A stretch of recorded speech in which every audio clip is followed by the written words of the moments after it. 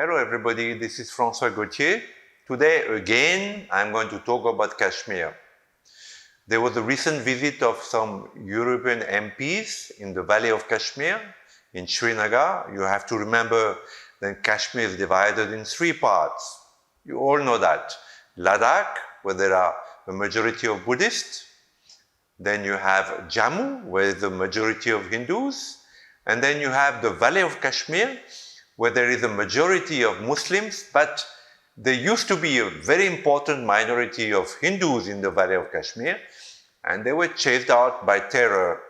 They left their ancestral land, their houses, which they have been for generation, and became refugees in their own country. So Kashmir is divided into three parts. Most people think of Kashmir, the Valley of Kashmir, of whom Srinagar is the capital, but this is entirely false.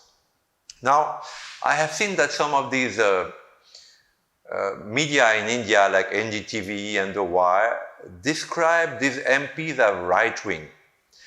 Right-wing is a word which I dislike profoundly because it's a word that's applicable to Europe and maybe not even United States, it's Europe. It's a European word and it is not applicable to India. I have been often called a right-wing, Hindu defender. It's totally wrong. There is nothing such as right-wing in India. India is a very different country, different parameters, and you cannot just clamp on India words like right-wing which have no meaning in the context of a very ancient and very different country from Europe.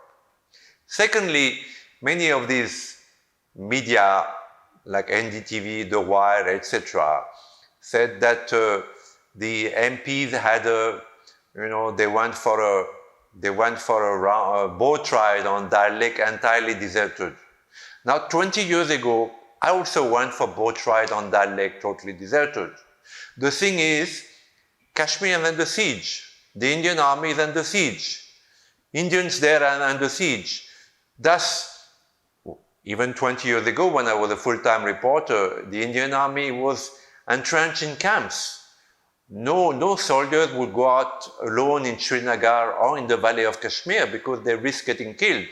And let me remind you once more that what is called the separatists of Kashmir is a revolt, is an armed revolt in the name of Islam against the Indian government.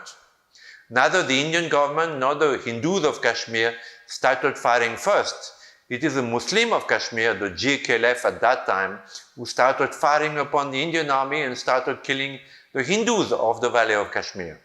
So when today all this media portrays the Kashmiri Muslim as distressed, as victims of human rights, it's total bullcrap because they started firing.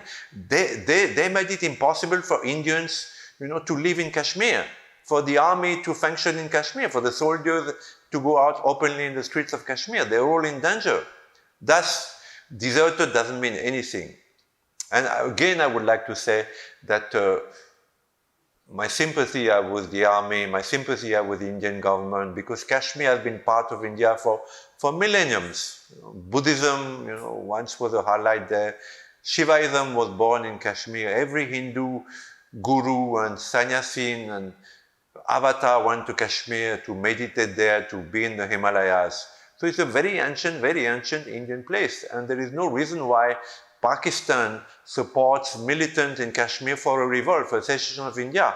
So when the European MPs go there and they go on a deserted Dal Lake, it's not something new. It's something that has been there for a long time. Now, but not because the Indian government wants it to be deserted, because the militants, with the support of Pakistan and with weapons, have made it deserted. Now, sometimes normalcy will return to Kashmir.